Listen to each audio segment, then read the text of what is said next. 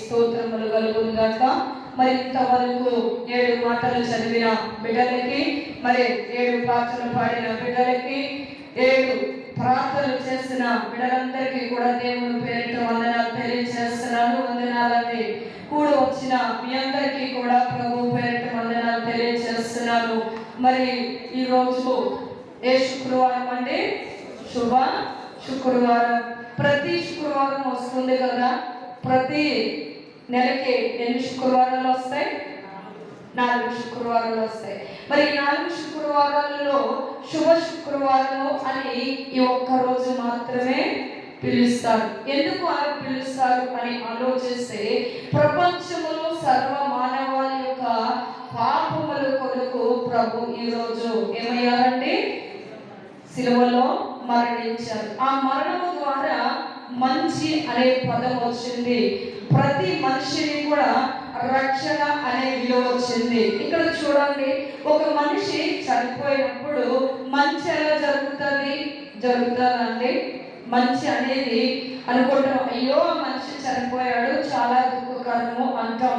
కానీ యేసుక్రీస్తు ప్రభువారు మనందరి కొరకు ఆయన ఒక్కమారి చనిపోయాడు. ఆ కల్వరి గిరిలో 3 గంటలు సమయం వేళ ఆయన చనిపోయారు.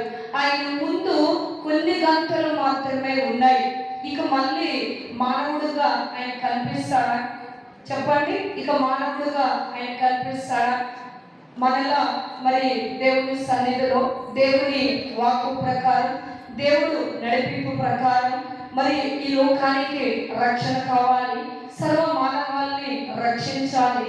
ప్రతి మనిషిని కూడా ఇప్పుడు ఇంతగా అన్నయ్య గారు ప్రార్థన చేసినట్లుగా మరి కూడల రక్తము చేత, ఎడ్ల రక్తము చేత అనేకమైనటువంటి పాప క్షమాపణ కలుగుతుందా అంటే లేదు.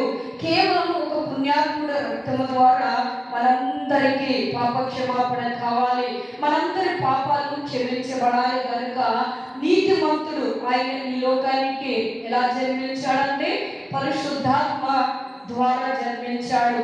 కన్యకైన మరియ ద్వారా ఆయన మరి దేవాది దేవుడు దూత ద్వారా పలకబడి గొప్ప సువర్తమానమును ఈ ప్రపంచానికి అందించి, కన్య అయిన మరియ గర్భమును ధరించి పరిశుద్ధాత్మ ద్వారా ఇదిగో నీకొక దేవుడు నీలో జన్మిస్తాడు, ఆయన పరిశుద్ధాత్మ ద్వారా ఈ లోకానికి జననం అవుతాడు అని మాట్లాడిన మాట ప్రకారం ఈ భూలోకానికి వచ్చి 30 సంవత్సరాలు మనకు మాదిరిగా జీవించి, ఆయన 33.5 సంవత్సరాలు జీవించిన కాలంలో 3.5 సంవత్సరాలు ఆయన ఏం చేశాడంటే సువార్తను ప్రకటించాడు.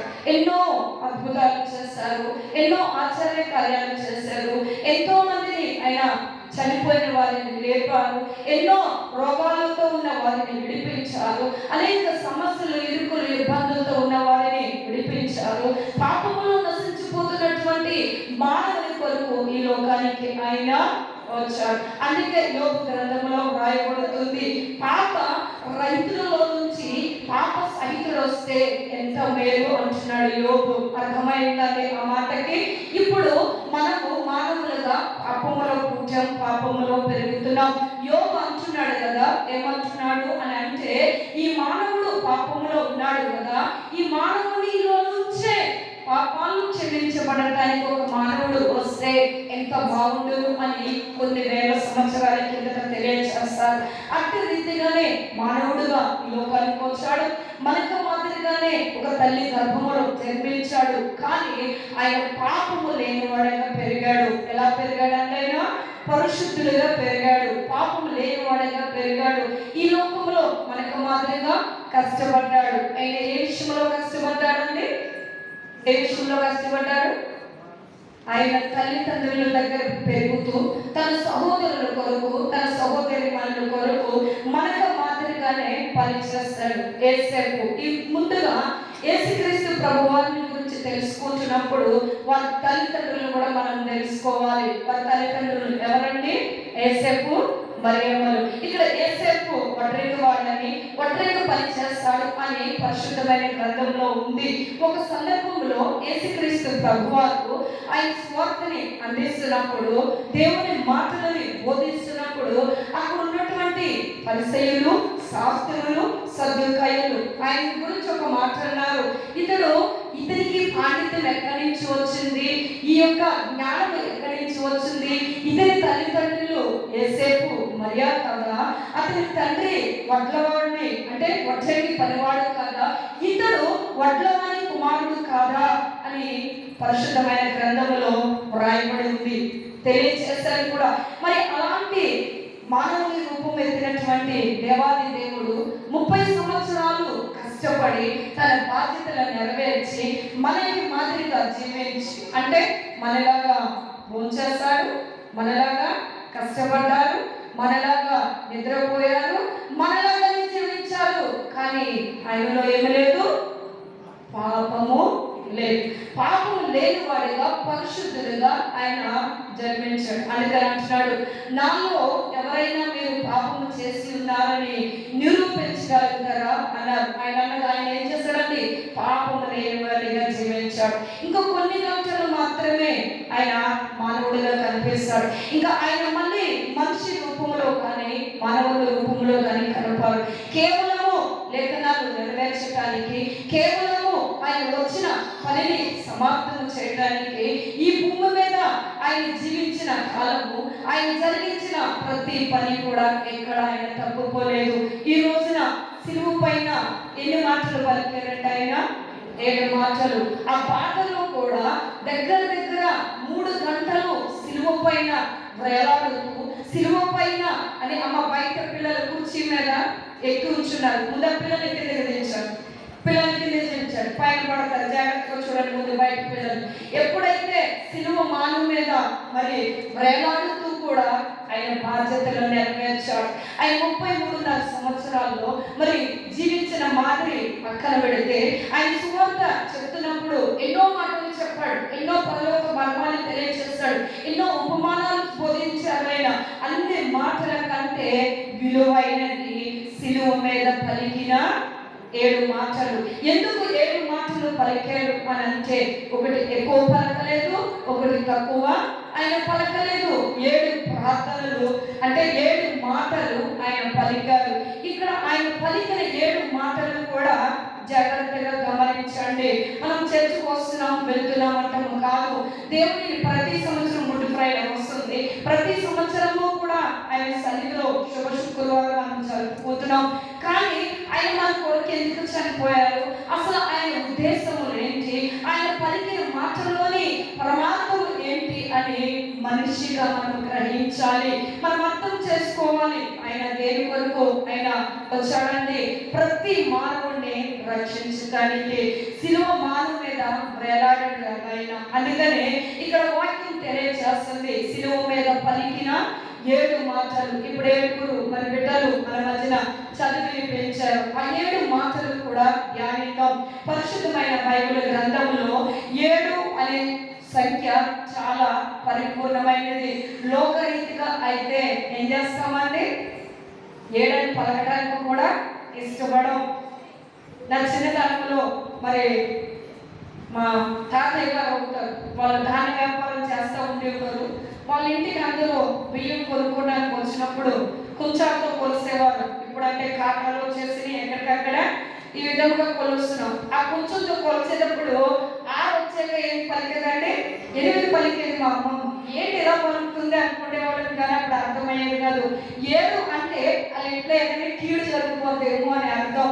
కానీ 7 అనే సంఖ్య పరిశుద్ధమైన బైబిల్ గ్రంథంలో పరిపూర్ణమైన సంఖ్యగా పిలువబడుతుంది, పరిశుద్ధతకి సాదృశ్యంగా పిలువబడుతుంది. చూడండి, దీనికి సాదృశ్యంగా ముందుగా కొన్ని మాటలు మీకు చెప్పి నేను 7 మాటలకు వెళ్ళిపోతాను.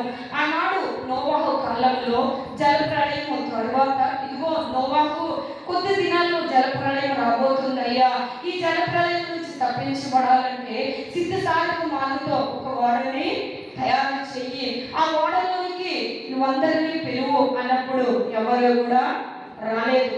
ఆ సువార్తని ఎవరు వినలేదు. కేవలము వారి ఇంటి వారు మాత్రమే. ఆ 8 ఓడలో రక్షించబడ్డారు. ఆ తర్వాత ఆయన ఒక మాట పలికారు.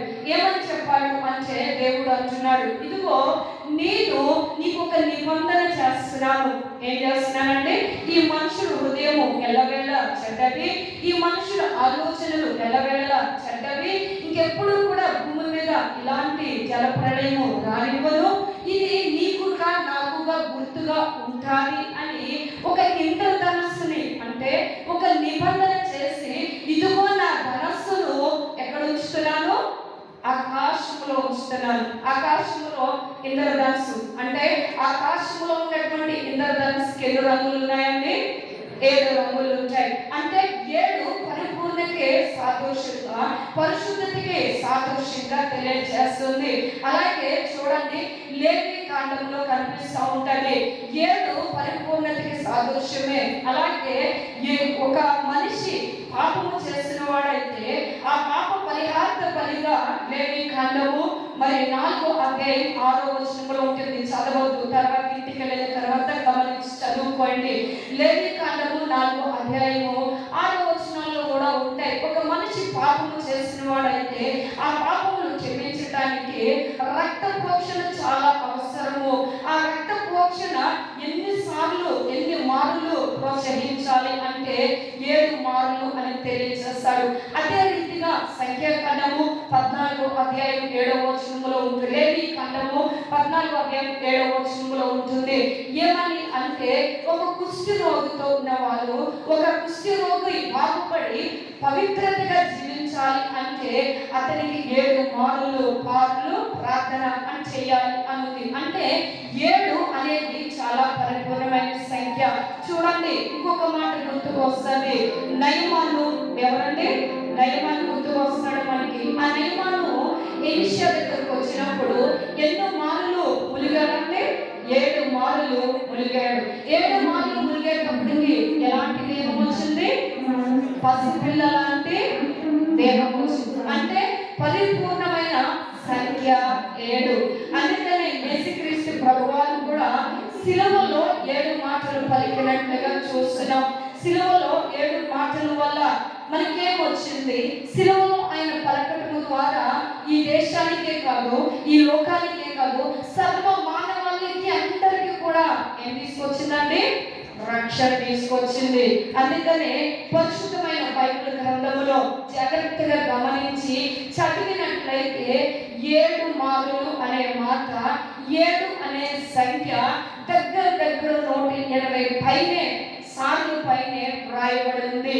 పరిశుద్ధమైన బైబిల్ గ్రంథములో 7 మాటలు అనే మాటకి కానీ 7 మాటలు అనడానికి కానీ చాలా విలువైనటువంటి పదముగా వ్రాయబడింది. అందుకని కీర్తనకారుడు దావీదు అంటున్నాడు 119వ కీర్తన 164వ చరణములో, దినముకు 7 మార్లు నేను నిన్ను ఏం చేస్తున్నాడంటే దినముకు 7 మార్లు నిన్ను స్తుతిస్తున్నాను. దేవుణ్ణి మనము దినములో ఎన్ని మార్లు స్తుతించాలంటే 7 మార్లు స్తుతించాలంట. అందుకని అంటున్నాడు. అదే రీతిగా ఆయన పలికిన 7 అనే పదముల గురించి మనం చూసుకుందాం. 7 మాటలే కదా, 7 పదాలే కదా అని అనుకుంటున్నాం. ఆయన ఏ స్థితిలో ఉండి పలికాడు, ఏ విధముగా పలికాడు, ఏ బాధల్లో ఆయన ఆ మాటలు పలుకుతూ మనకి విజయాన్ని చేకూర్చాడు అని ఆలోచన చేస్తే మొట్టమొదటిగా 3 మాటలు చూసుకుందాం. మొట్టమొదటిగా 3 మాటలు పలికినటువంటి మాటలు అర్థము ఆ పలుకులకి ఏంటో తెలుసా? ఆ 3 మాటలు ఎవరి కొరకు పలికారో తెలుసా? ప్రజల కొరకు, అంటే మీ కొరకు, నా కొరకు, మనందరి కొరకు ఆ 3 మాటలు పలికాడు. ఇక 2 మాటలు అంటే 3 మాటలు తన యొక్క మానవుల కొరకు, ప్రజల కొరకు ఆయన మాట్లాడాడు. 4-5 మాటలు ఆయన బాధలో ఉండి పలికినటువంటి మాటలు. ఇక 6-7 మాటలు అర్థం ఏంటి అంటే జయశాలి, అంటే ఆయన జయించాడు, ఆయన జయశాలిగా నిలిచాడు కనుక ఆ 3 లాస్ట్ 2 మాటలు కూడా ఒక జయశాలి అంటే ఒక పనిని మేము విజయము సాధించాం అని ఎప్పుడు అంటాం? ఆ పనిని పూర్తి చేసినప్పుడు. అలాగే ఆ లాస్ట్ 2 మాటలు కూడా తనను చేసిన పనంతటిని ముగించి జయమును పొందాడు కనుక జయశాలి పలికిన మాటలుగా వస్తాయి. ఇక్కడ చూడండి, ఆయన మాట్లాడుతున్న మాటలు మనము చూసుకుందాం.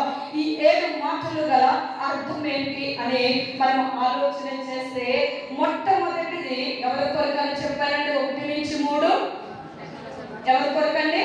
మనుషుల కొరకు. ఇక 2, 4, 5 దేని కొరకు పలికాడు? బాధలో పలికాడు. మరి 6, 7 దేని విషయంలో పలికాడు అంటే జయశాలిగా ఆయన విజయాన్ని సాధించినందుకు దేవుడితో పలికినటువంటి మాటలు. ఈ మాటలకు గల మొదటి మాటను మనం చూసుకుందాం. పరిశుద్ధమైన బైబిల్ గ్రంథంలో నుంచి మరి లూకా సువార్త 23వ అధ్యాయం 34వ వచనం, తండ్రి మీరేమి చేయుచున్నారో మీరెరుగురు గనుక వీరిని క్షమించండి. ఇక్కడ ఆయన ఒకటే మొట్టమొదటి మాట పలికాడు.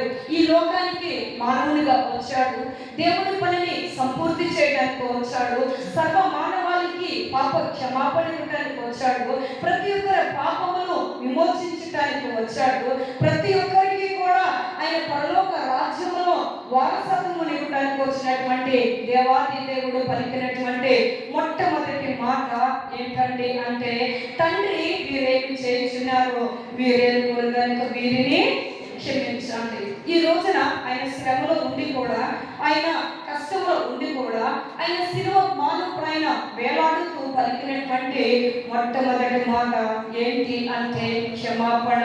ఆ యొక్క మొట్టమొదట వాక్కు శ్రమ వాక్కు అని అర్థం వస్తుంది. క్షమాపణ, ఆయన క్షమిస్తున్నాడు. అందుకని అంటున్నాడు, శత్రువులను సైతం మీరు క్షమించండి, మీరు శత్రువుల కొరకు మీరు ప్రార్థన చేయండి. ఆయన దూషించారు, ఆయన కొడవలతో కొట్టారు, నువ్వు శరీరం అంతా సొగసైన స్వరూపమైన లేకుండా ఆయన శరీరం అంతా కూడా మరి రక్తసిక్తమైపోయినప్పుడు, ఆయన శిలువలో వేలాడుతున్నప్పుడు ఆయన పలికిన మాట ఏంటండి? వీరిని క్షమించండి. ఈ రోజున మరి మన యొక్క అందరి పాపముల కొరకు క్షమాపణ వేడుకుంటున్నాడు తండ్రితో. ఇదిగో నేను నీ చిత్తము నెరవేరుస్తున్నాను. నేను పలికే ఈ 7 మాటల ద్వారా సర్వ మానవాళికి కూడా ఒక అద్భుతం జరగాలి తండ్రి. ఈ ప్రజల కొరకు నేను వేడుకుంటున్నాను దేవా అని చెప్పి ఆయన పలికినటువంటి మాట, తండ్రి వీరేమి చేస్తున్నారు వీరిని క్షమించండి. చూడండి, ఆది కాండంలో ఒక వ్యక్తి మొదలుపెడుతున్నాడు, ఒక వ్యక్తి ప్రార్థన చేస్తున్నాడు. ఎవరు అంటే అబ్రహాము గారు. అబ్రహాం ఆనాడు సొదొమ గొమొర్రా నశించిపోతున్నప్పుడు అక్కడ ఉన్నటువంటి ప్రజలందరూ కూడా అన్ని గంగాలతో కాల్చబడతాయి అని ఆలోచన చేసినప్పుడు అక్కడ తన కుమారుడు అంటే తన సహోదరుడైనటువంటి కుమారుడు లోతు ఉన్నప్పుడు ఆ యొక్క లోతు గురించి దేవుడి దగ్గర విజ్ఞాపన చేస్తున్నాడు. ఏమని చేస్తున్నాడు? అయ్యా, నీతిమంతులతో పాటు దుష్టులతో పాటు నీతిమంతులను కూడా తుడిచిపెట్టేస్తాం. ఈ రోజున మనలో ఏ నీతి లేదు, మనలో ఏ మంచి లేదు, కానీ కల్వరిగిరిలో ఆ యేసుక్రీస్తు ప్రభువారు మన కొరకు కాచిన రక్తమును బట్టి మనకి ఈరోజు ఏమి పిలువబడుతున్నామండి? నీతిమంతులుగా పిలువబడుతున్నాం. దుష్టులతో కూడా మనల్ని నశింప చేయకుండా, ఈ లోకముతో పాటు మనల్ని కొట్టుకుపోకుండా, ఈ లోకములో శాపముల నుంచి మనల్ని విడుదల పరిచి ఆయన మాట్లాడుతున్నాడు. ఏమని అంటే వీరిని క్షమించాలి. మనల్ని క్షమించడానికి వచ్చాడు. ఎంత పాపినైనా సరే నా ఎద్దకు వచ్చిన వారు నేను ఎంత మాత్రమో విడిచిపోయి. నిజమే, పాపాత్మురాలైన స్త్రీని యేసుక్రీస్తు ప్రభువారు ఆయన ఏమన్నాడు? అమ్మా, నిన్ను నేను క్షమిస్తున్నాను, ఎప్పటికీ కూడా నువ్వు పాపము చేయొద్దు అని ఆయన పలికాడు. ఆయన లేఖనాలు నెరవేర్చడానికి వచ్చాడు. ఆ లేఖనాలు నెరవేరాలంటే ఆయన చెప్పే ప్రతి పని కూడా పూర్తిగా చెయ్యాలి. అందుకని మొట్టమొదటిగా అందరి పాపములు క్షమించడానికి లోకానికి వచ్చాడు. అందరినీ కూడా ఆయన చెప్తున్నాడు కదా, ఆయన శరీరధారిగా. చూడండి, ఎబ్రీ రాసిన పత్రిక 5వ అధ్యాయం 7వ వచనంలో ఉంటుంది, శరీరధారిగా ఉండే దినాల్లో మహారోదనముతోనూ కన్నీళ్లతోనూ తనకు తాను మరణము నుండి తప్పించబడటానికి ఎంతో ప్రార్థన చేస్తాడు, ఎన్నో యాచనలు చేస్తాడు. అదే రీతిగానే మనందరి పాపములు కూడా క్షమించబడటానికి ఆయన శిలువలో ఏం చేస్తాడంటే జ్ఞాపన చేస్తాడు, మన కొరకు ప్రార్థన చేస్తాడు. తండ్రి మీరేం చేస్తున్నారో వీరికి తెలియదు కనుక వీరిని క్షమించండి అని తెలియజేస్తాడు. అలాగే పరిశుద్ధమైన బైబిల్ గ్రంథంలో ఒక భక్తుడు కూడా ప్రార్థన చేస్తున్నాడు. ఎవరు అంటే నిర్గమకాండం 32వ అధ్యాయంలో కనిపిస్తుంది. మోషే తన ప్రజల పాపముల కొరకు ఎవరి దగ్గర విజ్ఞాపన చేస్తున్నాడండి? దేవుడి దగ్గర విజ్ఞాపన చేస్తున్నాడు. ఎలాంటి సందర్భంలో ఈ మానవులు ఉన్నారు, ఎలాంటి పరిస్థితుల్లో ఈ మానవులు ఉన్నారు, మానవుల మధ్యన మానవుడిగా జన్మించి మనుషుల మధ్యన ఒక మనిషిగా జీవించి యొక్క పరలోక రాజ్య మర్మాలను తెలియజేస్తున్నప్పుడు యేసుక్రీస్తు ప్రభువాన్ని ఎందరో తృణీకరించారు, ఎందరో ద్వేషించారు, ఎందరో హేళన చేశారు, ఎందరో పరిహాసం ఆడారు. అయినా కూడా ఆయన ఏం చేశాడంటే నోరు తెరవలేదు. ఇప్పుడు చదువుకున్నాము కదా 53వ యెషయా గ్రంథం 53వ అధ్యాయం అంతా కూడా ఆయన కొరకు వ్రాయబడింది. ఆయన సిలువలో జరిగే ఈ రోజు జరిగే విషయము గురించి కొన్ని వేల సంవత్సరాల పూర్వమే 750 సంవత్సరాల పూర్వమే అక్కడ భక్తుడు రాస్తున్నాడు. ఆయన ఏం చేస్తాడంట? నోరు తెరవలేదంట, మౌనైపోయాడంట. ఎందుకని అంటే నా పాపాలు క్షమించడానికి. మోషే కూడా ఇశ్రాయేలు ప్రజల కొరకు ప్రార్థన చేస్తున్నాడు. ఆనాడు సీనాయి పర్వతం మీద దేవుని దగ్గర ఆయన 10 ఆజ్ఞలు తీసుకురావడానికి దేవుని సన్నిధిలో నివాసం ఉండి అక్కడ తన యొక్క మాటలను వింటున్నప్పుడు ఇశ్రాయేలు ప్రజలైనటువంటి ఈ ప్రజలు అరణ్య మార్గంలో అహరోను దగ్గరకు వెళ్ళాల్చున్నారు కదా. అయ్యా మోషే ఏమైపోయాడో మాకు తెలియదు, మా పాపాలు క్షమించేవారు ఎవరు, మాకు మార్గాన్ని చూపించేవారు ఎవరు, మాకు మార్గం లేదు, ఇప్పుడు మేము ఒక మార్గాన్ని తెలియజేసుకుంటున్నాం అని చెప్పినప్పుడు వాళ్ళందరితో అహరోను అంటున్నాడు, ఇదిగో మోషే వచ్చేంత వరకు మీరు ఉండండి, తప్పకుండా దేవుడు మన కొరకు ఒక మార్గాన్ని ఏర్పాటు చేస్తాడు. ఆనాడు శ్రమలలో నుంచి, బాధల్లో నుంచి, ఇరుకులో నుంచి, ఇబ్బందుల్లో నుంచి మనల్ని విడిపించిన దేవుడు మోషేతో ఉన్నాడు కదా, వస్తాడు అని అహరోను అనుకుంటే ఎలా ఉండేదో. కానీ అనలేదు కదా. ఏమన్నాడు? మీ చెవులకు ఉన్నటువంటి బంగారము, మీ చేతులకు ఉన్నటువంటి బంగారం అంతా తీసి నా ముందు పెట్టండి, నీకు మార్గాన్ని చూపిస్తాను. ఈ రోజున బంగారం మనకి మార్గం చూపిస్తుందా? వెండి మనకి మార్గమును చూపిస్తుందా? ఈ లోక సిరులు మనకి మార్గమును చూపిస్తుందా? ఇవ్వండి. ఇవన్నీ కూడా పరలోక రాజ్యానికి మనల్ని తీసుకెళ్ళవు. కానీ నేనే మార్గము, నేనే సత్యము, నేనే జీవము అన్న ప్రభు యొక్క మార్గము పరలోక రాజ్యానికి తీసుకువెళ్తుంది. మోషే వచ్చేటప్పటికి ఆనాడు ఆ ఇశ్రాయేలు ప్రజలందరూ ఏం చేస్తున్నారంటే ఒక దూడలు చేసుకున్నారు. వారు ఒంటి మీద ఉన్నటువంటి ప్రతి వస్తువును కూడా తీసివేసి ఒక ఆకారముగా అగ్నిలో వేసినప్పుడు ఒక దూడ ఆకారంలో వచ్చింది. ఇదే మా దేవత, ఇదే మా దేవుడు, ఇదే మాకు మార్గాన్ని చూపిస్తుంది అని అక్కడ కేకలు వేస్తున్నప్పుడు మోషే కిందకు వచ్చేటప్పటికి, అయ్యా మీరేం చేస్తున్నారో మీకు తెలియదు కనుక వీరిని క్షమించాలి. ఈ రోజున ఈ లోకంలో జీవిస్తున్నాం, ఈ లోకంలో మనం నడుస్తున్నాం, ఈ లోకంలో మనం ఉంటున్నాం. కానీ పాప మాలిన్యం అంతటిని తీసివేసి పవిత్రపరిచి శుద్ధీకరించి మనల్ని ఆయన బిడ్డలుగా నడిపిస్తున్నటువంటి దేవుని మార్గాన్ని మనం వెంబడిస్తున్నామా? ఆలోచన చేయండి. అందుకనే శిష్యులు కూడా విజ్ఞాపన చేశారు. యోహాను సువార్త 17వ అధ్యాయంలో అంటూ ఉన్నారు, ఆ వారి విజ్ఞాపన ఆలకించిన దేవుడు నీ విజ్ఞాపన నా విజ్ఞాపన ఆలకించి తండ్రితో ఆయన కొన్ని కంచులో ఎడబాటు అయిపోతానని తెలిసిన నేను చేసే పని విజయవంతం చేస్తున్నాను, ఈ ప్రజల కొరకు నీ దగ్గర నేను వేడుకుంటున్నాను, తండ్రి వీరేమి చేస్తున్నారో వీరెరుగురు కనుక వీరిని క్షమించండి. ఇక రెండో మాటగా చూస్తే చూడండి, లూకా సువార్త 23వ అధ్యాయం 43వ వచనం, నేను నీవు నాతో కూడా పరదేశంలో ఉండుమని నిశ్చయముగా నీతో నేను చెప్పొచ్చు. ఎవరితో చెప్పాడండి ఈ మాట ప్రభువు? ఎవరితో చెప్పారు యేసుక్రీస్తు ప్రభువు ఈ మాట? ఎవరితో పలికాడండి? ఒక దొంగతో పలికాడు. ఒక సిలువ మధ్యలో మరి ప్రేలాడుతున్నప్పుడు ఆ సిలువ మానవ మీద ఎడమవైపు కుడివైపు 2 దొంగలు ఉన్నారు. ఆ 2 దొంగల్లో ఒకడు అంటున్నాడు, ఏమంటున్నాడు? నీవు క్రీస్తు అయితే నిన్ను నీవు రక్షించు, నన్ను కూడా రక్షించు. రెండవ వాడు అంటున్నాడు, నీవేం మాట్లాడుతున్నావో నీకు తెలుసా? అంటే వారు దొంగలు అని వాళ్ళకి తెలుసు. దొంగ ఏం చేస్తాడు? వస్తే మనం పెట్టే భోజనం తిని వెళ్ళిపోతాడా? వెళ్ళాడు. ఉన్నదంతా దోచుకుని పోతాడు.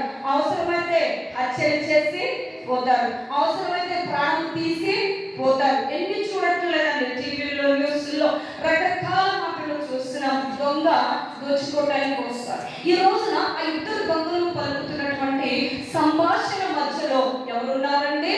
యేసుక్రీస్తు ప్రభువారు ఉన్నారు.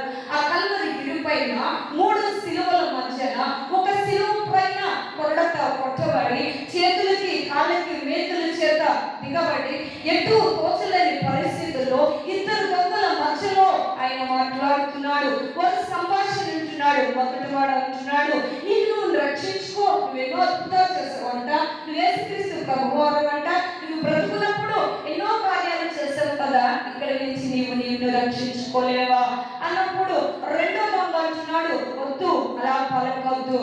అంటే ఆ దొంగ ముందు యేసుక్రీస్తు ప్రభువారు దేవుడని హృదయంలో ఏం చేస్తాడండి? నమ్మాడు. ఆ రెండో దొంగని మాట మాత్రమే. చాలా మంది మనం కూడా అనుకుంటాం, ఎప్పుడు వయసు ఉన్నంతసేపు లోకములో తిరిగేసి ఆకారాన్ని సిలువలో మార్పు చెందిపోతాము అని అనుకుంటాం. కానీ ఆ రెండో దొంగలో ఉన్న ఆలోచన మీరు ఆలోచించండి. ఆ దొంగ అక్కడ ఏం ఆలోచించాడు? అతడు నిజముగా దేవుని కుమారుడు అని విశ్వసించాడు. ఇది ఆయనకు తగదు అని విశ్వసించాడు. ఆయన మనం ఏదైనా చేయకూడదు అని ఆలోచించాడు. అక్కడ అంటున్నాడు, ఏమని అంటున్నాడంటే, నువ్వు మాట్లాడేది ఏం మాట్లాడుతున్నావు, నిన్ను నీవు రక్షించుకో అనడానికి నువ్వు ఎంత మాత్రము తగదు. ఆయన అలాగే మనము అపహాసం చేయడానికి తగదు కనుక నీవు ఆ మాట అనద్దు అని తనకు తాను తగ్గించుకొని తన స్థితి దేవుని దగ్గర ఒప్పుకొని అందుకే అంటున్నాడు, ఎంత పాప అయినా నా చెంతకు వస్తే ఎంత మాత్రమో బయటికి త్రోసివేయి. నిజమే, పాపులుగా ఉన్న మనము, ఈ లోకంలో ఉన్న మనము ఆయన ఇచ్చే మాట మాత్రము చొప్పున బ్రతుకుతున్నాం. ఈ మాట రెండవ మాట రక్షణ వాక్కు. మొదటి మాట ఏంటండి? ఏ వాక్ అని చెప్పాను? మొదటి మాట ఏం వాక్ అని చెప్పాను? ఎవరిని క్షమించమన్నాడు? క్షమాపణ వాక్కు. రెండవది రక్షణ వాక్కు. సిలువలో దొంగకి రక్షణనిచ్చాడు. ఆయన వాగ్దానం చేస్తాడు, ఈ ప్రజల పాపముల నుండి విడిపిస్తాడు, ఈ ప్రజలని విమోచించడానికి, ఈ ప్రజల కొరకు తన ప్రాణం పెట్టడానికి, ఈ ప్రజల కొరకు తన రక్తమంతా కార్చడానికి ఈ లోకానికి వచ్చాడు కనుక రక్షణ వచ్చింది. ఆయన పుట్టుకలో రక్షణ తెచ్చాడు. క్రిస్మస్ జరుపుకుంటున్నాం, అనేక విధాలుగా జరుపుకుంటున్నాం, అనేక పండుగలు చేసుకుంటున్నాం. ఆయన పుట్టినప్పుడు ఆ రక్షణ ఈ రోజున నెరవేర్చబడాలి. ఆయన చనిపోతే తప్ప మనకు రక్షణ లేదు. ఆయన రక్తం చిందించకపోతే మనకి క్షమాపణ లేదు. ఆయన విలువైనటువంటి ప్రాణము అర్పించకపోతే నీకు నాకు రక్షణ మార్గము లేదు. ఇక్కడ సిలువలో దొంగ అంటున్నాడు, ఏమంటున్నాడంటే, అయ్యా నేను నీతో కూడా నన్ను జ్ఞాపకం చేసుకో అంటే అక్కడ తను ఒప్పుకున్న వెంటనే ఏమంటున్నాడు, నీవు నాతో కూడా నేడు పరదేశంలో ఉందువు.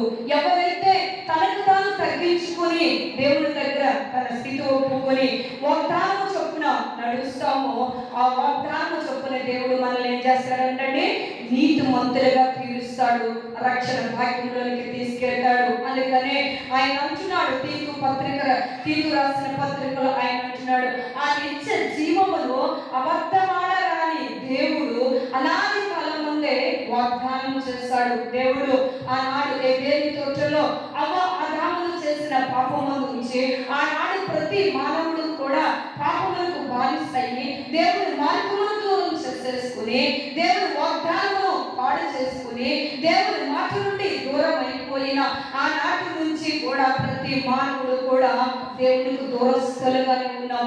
ఈ రోజున సిలువలో దొంగ ఆమె ఎన్ని దోచుకున్నాడో, ఎంతమందిని ఏడిపించాడో, ఎన్ని నరహత్యలు చేశాడో, ఎంతమందిని మోసం చేశాడో, ఎలాంటి బ్రతుకు ఆయన బ్రతికేయడం మనకు తెలియదు. కానీ ఆ సిలువ చెంతకు వచ్చినప్పుడు ఏమంటున్నాడండి, నేను నీవు నాతో కూడా పరదేశం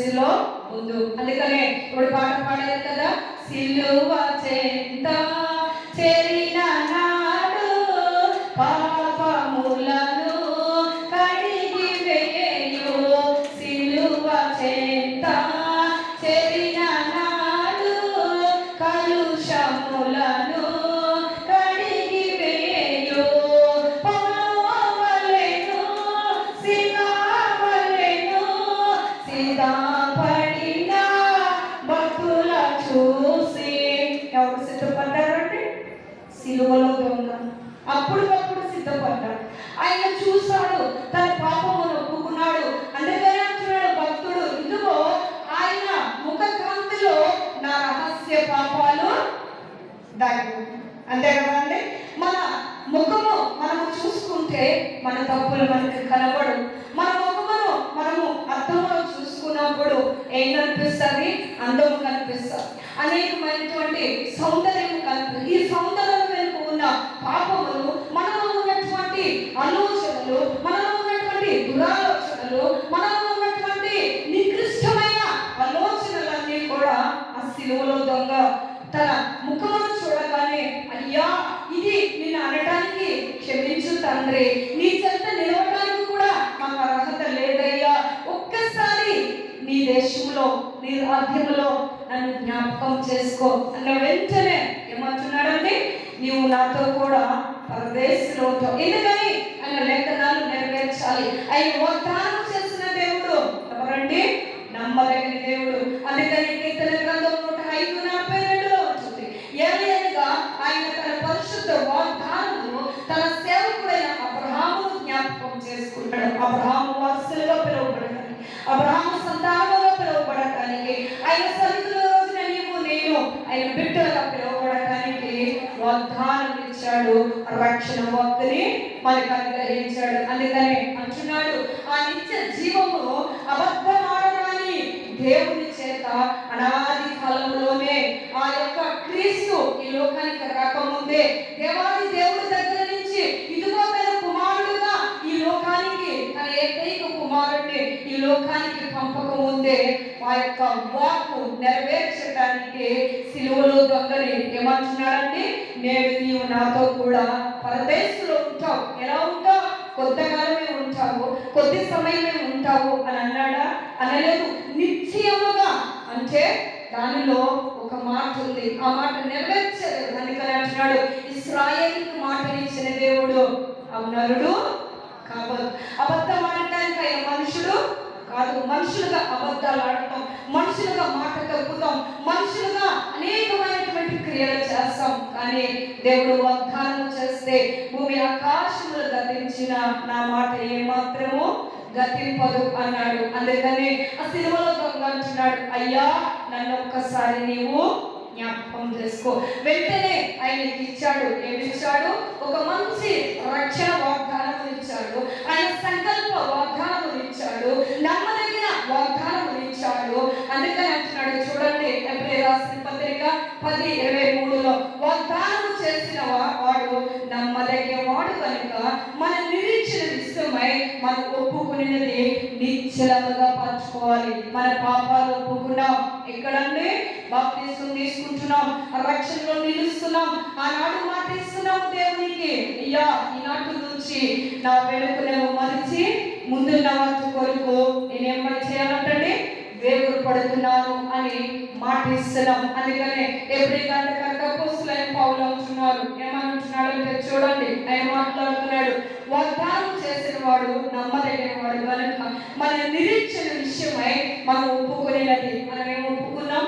దేవుడి దగ్గర మన పాపాలను ఒప్పుకున్నాం. మళ్ళీ అదే స్థితిలోనికి మనము వెళ్ళకూడదు. ఆ ఒప్పుకునే దానిని, పట్టుకున్న దానిని గట్టిగా పట్టుకోవాలి. మనం ఏం పట్టుకున్నామంటే ఏం పట్టుకున్నాం? రక్షణ అనే విధమును పట్టుకున్నాం.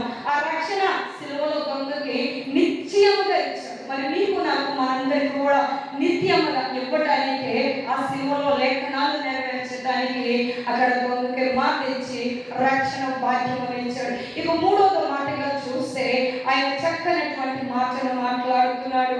ఏం మాట్లాడుతున్నాడు అంటే చూడండి, యోహాను రాసిన పత్రిక, యోహాను సువార్త 19వ అధ్యాయం యోహాను సువార్త 19వ అధ్యాయం 26-27 చూసినట్లయితే, యేసు తన తల్లియు తను ప్రేమించిన శిష్యుడును దగ్గర నిల్చుంట చూసి, అమ్మ ఇదిగో నీ కుమారుడు అని తన తల్లితో చెప్పాను. తరువాత శిష్యులు చూసి, ఇదిగో నీ తల్లి అని చెప్పాను. ఆ గడియ నుండి ఆ శిష్యుడు ఆమెను తన ఇంట చేర్చుకునేను. ఇది చాలా జాగ్రత్తగా గమనించండి, చాలా జాగ్రత్తగా ఆలోచించండి. అప్పటికే యేసుక్రీస్తు ప్రభువారు కొరడాతో కట్టబడి శరీరం అంతా రక్తంతో కారుస్తూ శిలువ మాను పైన వేలాడుతున్నప్పుడు, ఆయన తల్లి ఆయన కళ్ళ ముందు నిలిచినప్పుడు ఆమె పిలుస్తున్నాడు. ఏమని పిలుస్తున్నాడు? అమ్మ అని పిలుస్తున్నాడు. ఎలాంటి పిలుపు? ఆ పిలుపు అంటే ఒక బాధ్యత కలిగినటువంటి పిలుపు. ఆయన చేసిన ప్రతి పనిలో బాధ్యత ఉంది. ఆయన చేసిన ప్రతి పనిలో నిశ్చయత ఉంది. ఆయన చేసిన ప్రతి పనిలో కూడా నెరవేర్పు ఉంది. ఇక్కడ ఆలోచించండి, ఆయన వెంటనే తన శిష్యుని చూశాడు, తన తల్లిని చూశాడు. ఆ తల్లి చూపులో అర్థం తెలుసుకున్నాడు. ఏంటి ఆయన అర్థం? 30 సంవత్సరాలు తన గర్భాన్ని మోసింది. 9 మాసాలు మనకు మాదిరిగా ఆమె జన్మనిచ్చింది తన కుమారుడికి. ఆ కుమారుడు 30 సంవత్సరాలు ఆమె చెంత పెరిగాడు. 3.5 సంవత్సరాలు ఆయన చేసిన కార్యాలు చూశాడు. ఆ కుమారుడిని అలారంగా పెంచుకున్నటువంటి ఆ తల్లి ఒక్కసారి మనం ఇక్కడ ఎవరిని జ్ఞాపకం చేసుకోవాలండి? మరి జ్ఞాపకం చేసుకోండి. ఆమెలో ఉన్న నిశ్చయత, ఆమెలో ఉన్నటువంటి ఒక అనుభవం ఎలాంటిది అంటే, తన కుమారుడు ముందుగా చనిపోతాడు అని తెలుసు. లేఖనాలు నెరవేర్చడానికి మనిషి కుమారుడుగా నా గర్భాన వచ్చాడు అని తెలుసు. ఒకగానొక సందర్భంలో యేసుక్రీస్తు ప్రభువారు లూకా సువార్త 2వ అధ్యాయంలో ఉంటుంది. చూడండి, లూకా సువార్త 2వ అధ్యాయంలో ఒక చక్కని మాట అక్కడ తల్లి మాట్లాడుతూ ఉంటుంది యేసుక్రీస్తు ప్రభువారిని. లూకా సువార్త 2వ అధ్యాయము 48వ వచనము చూడండి. ఆయన తల్లి, కుమారుడా మమ్మల్ని ఎందుకు ఇలా చేసింది? ఇదిగో నీ తండ్రియు నేనును దుఃఖపడుచు నిన్ను వెతుకుచుంటుమని ఆయనతో చెప్పగా, ఇక్కడ తల్లి మాట్లాడింది. ఏం మాట్లాడింది? ఏ విషయంలో మాట్లాడింది అంటే, ఆయన 12వ సంవత్సరంలో యేసుక్రీస్తు ప్రభువారు పస్కా పండుగకి ఆ దేవాలయంలోకి వెళ్ళినప్పుడు అక్కడ శాస్త్రులు, పరిసయ్యులు, సదుకాయులు మధ్యన దేవాలయంలో కూర్చుని ఆ యొక్క మాటలు వింటున్నప్పుడు వారిని ఈయన వేస్తున్నటువంటి ప్రశ్నలు చూసి అక్కడ ఉండిపోవడం జరిగింది. ఈ తల్లిదండ్రులు యేసేపు, మరియా అనుకున్నారు, ఇదిగో ఈ జన్మలో నా కుమారుడు మాతోనే వస్తున్నాడు కదా, మాతోనే ఉన్నాడు కదా అని 2 దినాల ప్రయాణం అంతా ఏమైపోయారంటే నడిచి వెళ్ళిపోయారు. వెనుదిరిగి చూస్తే కుమారుడు కనిపించట్లా. మళ్ళీ వేదన పడుతూ, దుఃఖపడుతూ తనకి తెలిసిన వారందరినీ కూడా ఆ జన సమూహంలో, ఇదిగో నా కుమారుడు చూసారా, నా కుమారుడు చూసారా అని అడుగుతూ వచ్చేటప్పటికి యేసుక్రీస్తు ప్రభువారు ఎక్కడున్నారండి? దేవాలయంలో కూర్చుంది. ఆ శాస్త్రుల మధ్యన, పరిసయ్యుల మధ్యన, ఆ బోధకుల మధ్యన మాట్లాడడం చూసి ఆమె మాట్లాడుతుంది, అమ్మ తండ్రి నీవెందుకు ఇట్లా చేస్తున్నావు? నీ తండ్రి నేను దుఃఖపడుతున్నాము కదా, నా కుమారుడా అని పిలిచినప్పుడు ఆయన ఏమంటున్నాడు చూడండి. ఆయన తల్లి, కుమారుడా మమ్మల్ని ఎందుకు ఇలా చేసింది? ఇదిగో నీ తండ్రియు నేను దుఃఖపడుచు నిన్ను వెతుకుచుంటుమని ఆయనతో చెప్పగా, ఆయన మీరేలా నన్ను వెతుకుచుంటేది? ఏమంటున్నాడు చూడండి. యేసుక్రీస్తు ప్రభువారు తల్లితో మాట్లాడుతున్నాడు. ఏమంటున్నాడు చూడండి. ఆయన తను ఏమంటున్నాడంటే, మీరేలా నన్ను వెతుకుచుంటేది? నేను నా తండ్రి పనుల మీద ఉండవాలని మీకు తెలియదా? యేసుక్రీస్తు ప్రభువారు తండ్రితో సహవాసము చేసి, తండ్రితో వచ్చి, ఆయన తండ్రి ఎడబాటు నుంచి ఆ తండ్రి చెయ్యి విడిచి ఈ భూలోకానికి వచ్చినప్పుడు ఏ పనుల మీద వచ్చాడంటండి? తండ్రి పనుల మీద. ఇక్కడ ఆత్మానుసారంగా, శరీరానుసారంగా తన తల్లి, తండ్రి ఆలోచిస్తున్నారు. అయ్యో నా కుమారుడు అనుకుంటున్నారు. యేసుక్రీస్తు ప్రభువారు అంటున్నారు, నా తండ్రి చిత్తము నెరవేర్చడానికి నేను ఈ లోకానికి వచ్చాను. నా తండ్రి పనులు నేను చేయాలి. నా తండ్రి చెప్పిన ప్రతి మాటని నెరవేర్చడమే నా బాధ్యత అని మీరు తెలియదా? ఇక్కడ అప్పుడు అంటున్నారు చూడండి, మీరేలా నన్ను వెతుకుచుంటేది? నేను నా తండ్రి పనుల మీద ఉండవాలని మీరు ఎరుగురా అని వారితో చెప్పి చెప్పాను. అయితే ఆయన తమతో చెప్పిన మాట వారు గ్రహించలేదు. యేసేపప్పుడు గ్రహించలేదు. ఈయన దేవుని కుమారుడు, నిజముగా సర్వోన్నతుడమైన పరిశుద్ధాత్మ శక్తి కమ్ముకున్నప్పుడు ఈ లోకంలో మాకు పుట్టాడు అనే ఆలోచన మర్చిపోయారు. ఆయన తండ్రి పనుల మీద ఉన్నాము, తండ్రి పనిని నెరవేర్చడమే నా చిత్తము అని ఆలోచించినప్పుడు వీరు గ్రహించలేదు. కానీ మరియా ఆ మాటలన్నీ కూడా తన హృదయంలో ఏం చేస్తుందంటే భద్రపరిచింది. ఒకగానొక సమయంలో ఆ దేవాలయంలో సుమేరు అనే ఒక మనిషి, ఒక ప్రవక్త ఉన్నప్పుడు ఆయన కూడా ఒక మాట అంటున్నాడు, ఇదిగో ఇతరుని కలిగిన నీ జన్మ ధన్యము, నీ హృదయంలో నుంచి ఒక ఖడ్గము దూసుకుని వెళ్తాది అన్నప్పుడు కూడా ఆమె ఈ మాటను ఏం చేసిందంటే తన హృదయంలో భద్రం చేసుకుంది. ఇక్కడ తల్లి మౌని అయిపోయింది. ఆ శిలువ మీద తన కుమారుడు వేలాడుతున్నప్పుడు, ఆ శిలువ మీద తన కుమారుడు గాయములు చూసి, ఆ యొక్క శరీరమును చూసి, ఆ ఒంటి మీద నుంచి తల నుంచి అది పాదం వరకు సొగసైన స్వరూపమైన శరీరమైన లేకుండా కొట్టబడి ఉన్నవాడి ఉన్నటువంటి ఆ తల్లి చూసి, ప్రభువాను చూసి ఏం చేస్తుందంటే ఏడుస్తుంది. ఆ ఏడుపులో అర్థం తెలిసింది ఆయనకి, ఆ చూపులో అర్థం తెలిసింది ఆయనకి, ఆ చూపుకి భావము తెలిసినటువంటి ఆయన బాధ్యత మర్చిపోయి, ఈరోజు నీ బాధ్యత నా బాధ్యత తండ్రి మర్చిపోతే, నీ మార్గము నా మార్గము ప్రభువారు మర్చిపోతే, నువ్వు నేను ఎక్కడ ఉండేవారమో, ఏ పాత్రవారమో, ఏ స్థితిగతుల్లో, ఏ పాప లోకములో మనం నశించిపోయేవారమో తెలియదు. కానీ అక్కడ తల్లి బాధ్యతని నెరవేర్చడానికి ఆయన ఆలోచించి అంటున్నాడు కదా, చూస్తున్నాడు కదా, చూసి అంటున్నాడు తన శిష్యుని పిలిచి, అమ్మ ఇదిగో నీ కుమారుడు అంటున్నాడు. అంటే ఆ తల్లి ఎంత మౌనైపోయిందో, ఎంత రోధించిందో, ఎంత విలపించిందో. కనీసము ఆ సైనికులు వెళ్ళిపోయారు. 12 మంది శిష్యులు, అయ్యా నా ప్రాణానికి ప్రాణము, ఇక ప్రాణమైనా ఇస్తాను కానీ అబద్ధము ఆడను, నిన్ను విడిచిపెట్టను అన్నాడు. ఎవరండి? ఆయనతో ఉన్నాడు, ఆయనతో చూశాడు, ఆయన అద్భుతాలు చూశాడు, అన్ని చేశాడు, అన్ని ఉన్నాడు.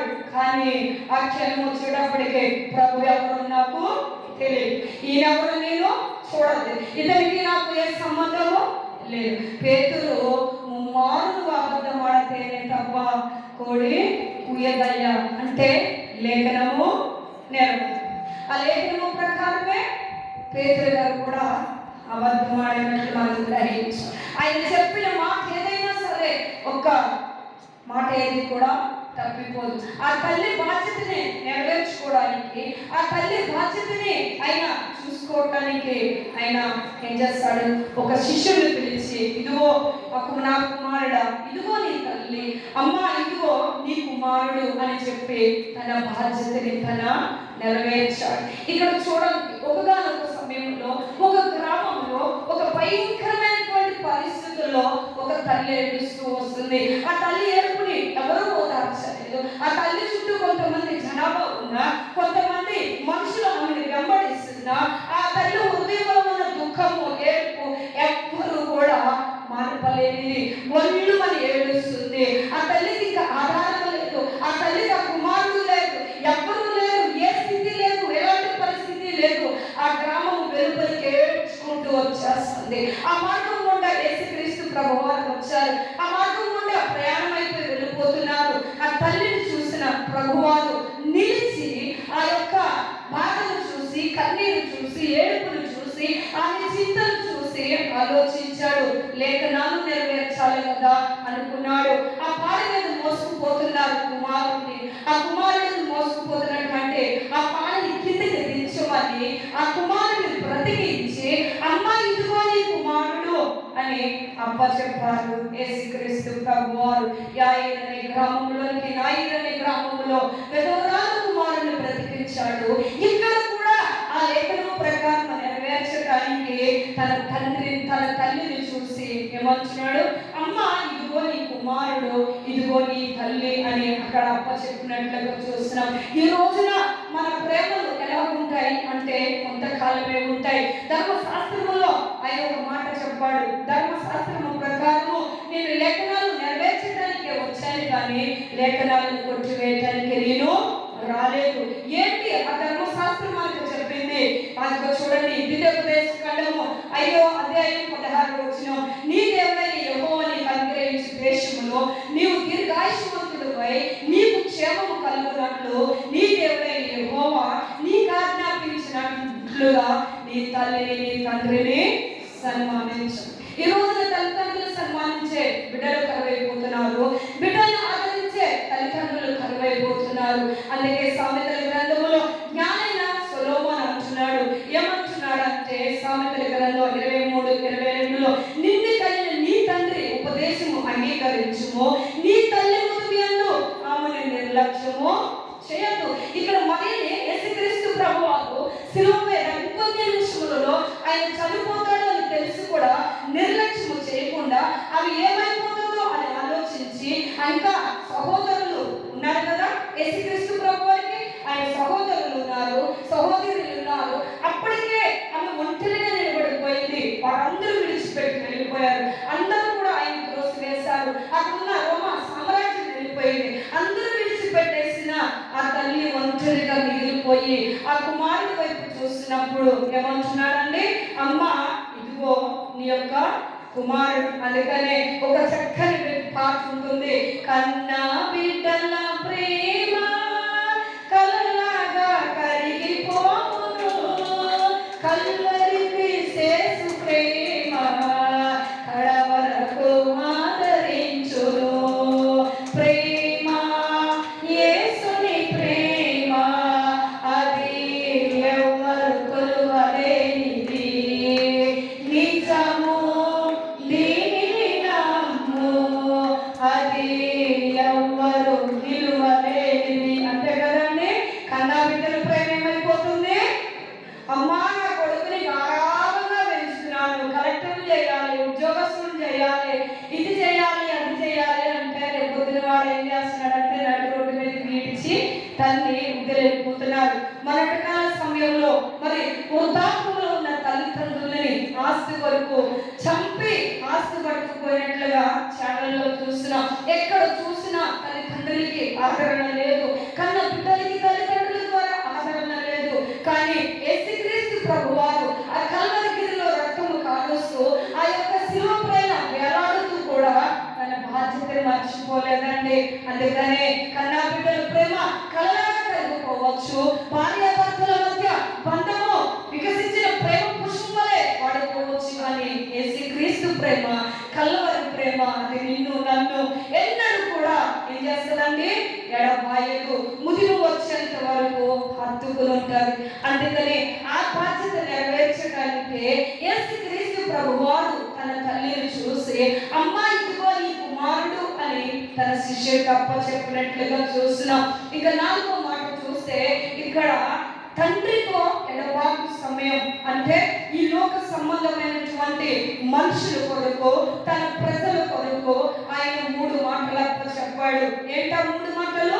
తండ్రి మీరేమి చేస్తున్నారో వీరెరుగురు కనుక వీరిని క్షమించమని మనందరి కొరకు ఆయన క్షమాపణ వేడుకున్నాడు తండ్రి దగ్గర. 2వ మాట, నీవు కూడా నాతో పరదేశంలో ఉండు అని ఆ దొంగకి సిలువలో దొంగకి రక్షణ ఎలా ఇచ్చాడో ఈ లోకంలో పాపములో శాపములో నశించిపోతున్న మనందరికీ కూడా ఆయన రక్షణ తెచ్చాడు. ఇక 3వ మాట ఆయన ప్రజలకు అందించాడు. ఇదిగో తల్లిదండ్రుల గురించి హెచ్చరించాడు, కుటుంబంలో బాధ్యతల గురించి హెచ్చరించాడు, మన యొక్క బాధ్యతని నెరవేర్చినట్లుగా చూస్తున్నాం. ఇప్పుడు చూడండి 4వ మాట, మత్తయి సువార్త 27వ అధ్యాయం 46వ వచనం. మత్తయి సువార్త 27వ అధ్యాయం 46వ వచనం. నా దేవా నా దేవా నా చెయ్యి ఎందుకు విడిచితివి. ఇక్కడ తండ్రి కుమారుడు నివాసం ఉండాలి. ఆనాడు తండ్రి దగ్గర నుంచి ఈ లోకానికి కుమారుడుగా వచ్చాడు. ఏకత్వంలో తిద్దరు అంటే తండ్రి కుమార పరిశుద్ధాత్ముడుగా ఆయన ఈ లోకానికి రావాల్సి ఉన్నది. ఆయన కుమారుడిగా చేయాల్సిన పనులు, జరగాల్సిన పనులు ఉన్నాయి ఇప్పటి వరకు. అందుకని అంటున్నాడు అక్కడ చెప్పాడు కదా, నా తండ్రి పనుల మీద నేను ఉన్నానని మీరు ఎరుగరా, నా తండ్రి చిత్తము నెరవేర్చడమే ఈ భూలోకంలో నాకు పని అని ఆలోచించాడు.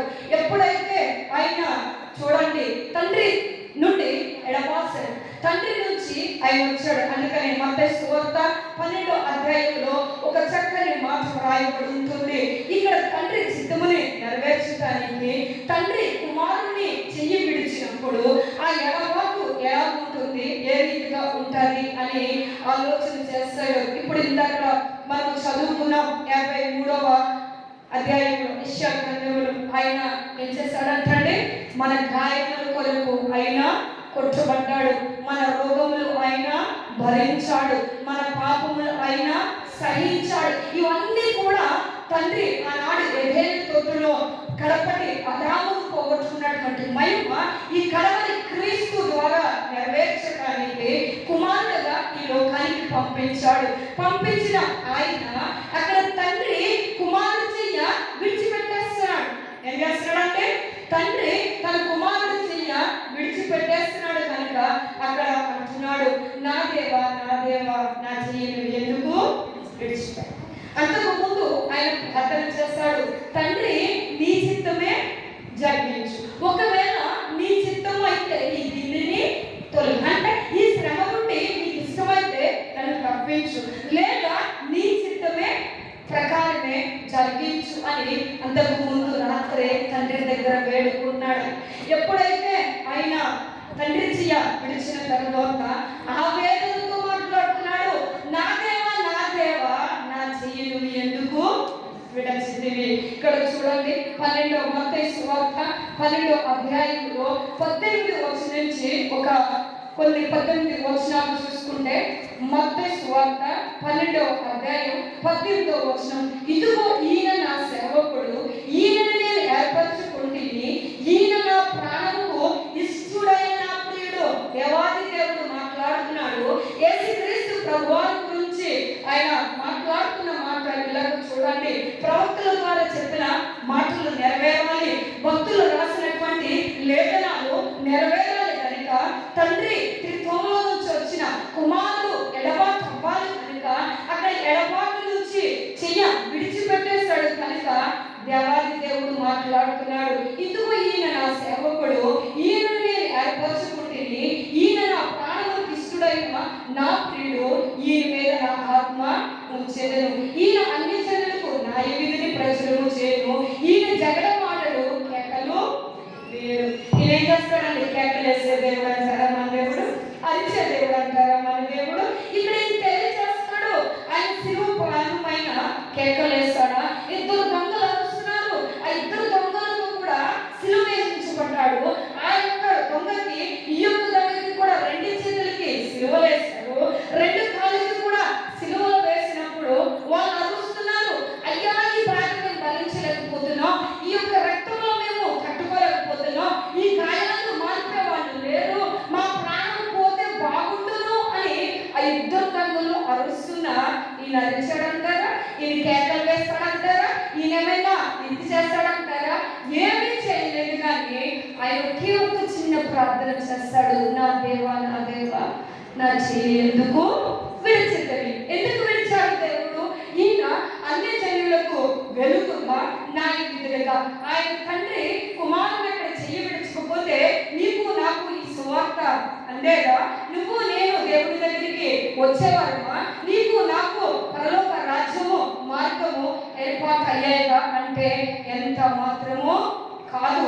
అక్కడ చెయ్యి విడిచాడు కనుక ఇక్కడ తండ్రి కుమారుడు చేయాల్సిన పనిని చేశాడు కనుక తండ్రి అంటున్నాడు కుమారుడు గురించి, ఈయన జగడమాడు కేకలు వేయడు, ఈయనలో ఈయన శబ్దము ఎవ్వరికి వినపడదు, విజయం పొందుటకు న్యాయ విధిని ప్రబలము చేయు వరకు ఈయన నలిగిన రెల్లును విరవడు, మగమగలాడుచున్న అవసరాలను ఆర్పడు. అంటే ఆయన చేయాల్సిన బాధ్యత నెరవేర్చడానికి తండ్రి కుమారుడు ఏం చేస్తాడంటండి?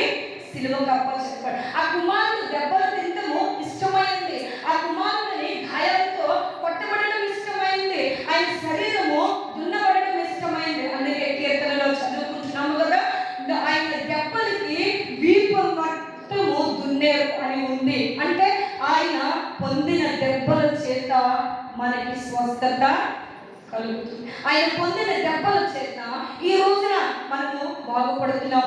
ఆయన పొందిన శిలువ మరణము చేత మనం రక్షణ మార్గంలోనికి వెళ్తున్నాం.